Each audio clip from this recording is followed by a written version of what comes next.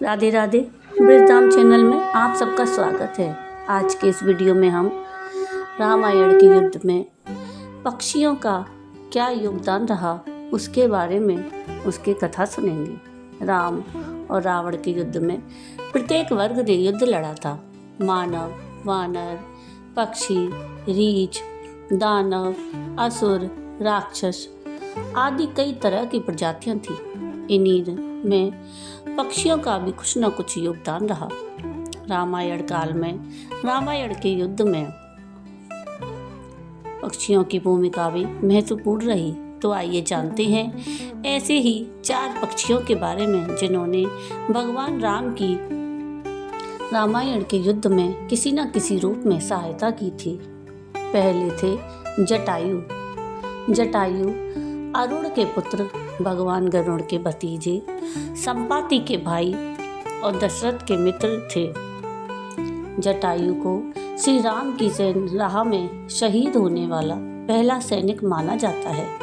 जिस समय रावण माता सीता का हरण कर आकाश मार्ग से लंका की ओर पुष्पक विमान से जा रहा था, तब जटायु ने रावण को चुनौती देते हुए सीता जी को छुड़ाने के लिए रावण से संघर्ष किया था।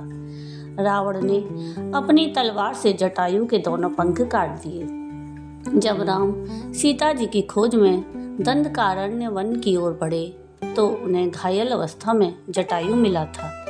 घायल जटायु ने ही बताया था कि रावण सीता जी का हरण कर दक्षिण दिशा की ओर ले गया है। उसके बाद जटायु ने राम की गोद में ही प्राण त्याग दिए थे। जटायु के मरने के बाद श्री राम ने उसका वहीं अंतिम संस्कार और पिंडदान किया।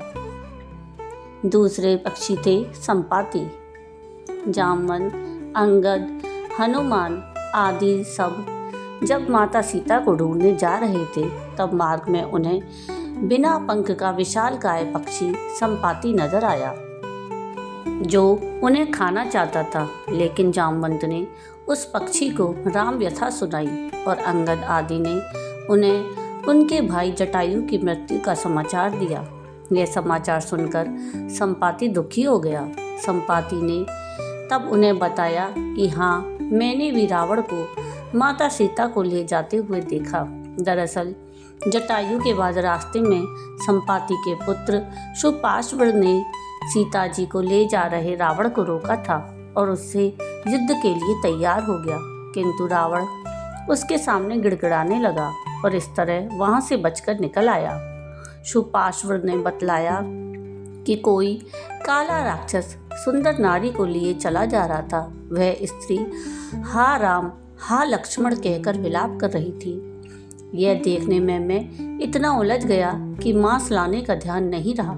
संपाति ने दिव्य वानरों, अंगद और हनुमान के दर्शन करके खुद में चेतना शक्ति का अनुभव किया और अंततः उन्होंने अंगद के निवेदन पर अपनी दूर दृष्टि से देखकर बताया कि सीता माता अशोक वाटिका में सुरक्षित बैठी हैं।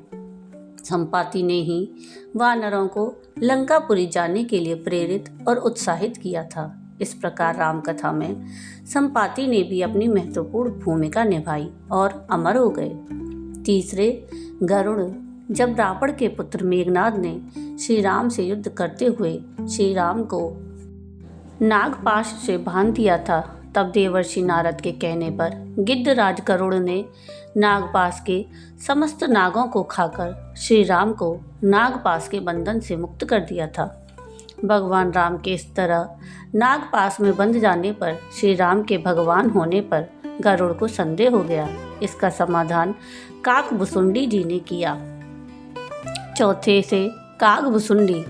भगवान राम के इस तरह नागपाश में बंध जाने पर श्री राम के भगवान होने पर गरुड़ को संदेह हो गया।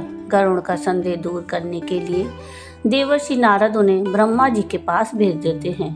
ब्रह्मा जी उनको शंकर जी के पास भेज देते हैं। भगवान शंकर ने भी गरुड़ को उनका संदेह मिटाने के लिए काकभुसुंडी जी के पास भेज दिया। अंत में काकभुसुंडी जी ने श्री राम के चरित्र की पवित्र कथा सुनाकर गरुड़ के संदेह को दूर किया। महर्षि वाल्मीकि से पहले ही काकभुसुंडी जी ने रामायण गिद्धराज गरुड़ को सुना दी थी। तो ये थे वो महत्वपूर्ण 4 पक्षी जिन्होंने राम रावण के युद्ध में अपनी महत्वपूर्ण भूमिका निभाई और श्री राम को अपना योगदान दिया।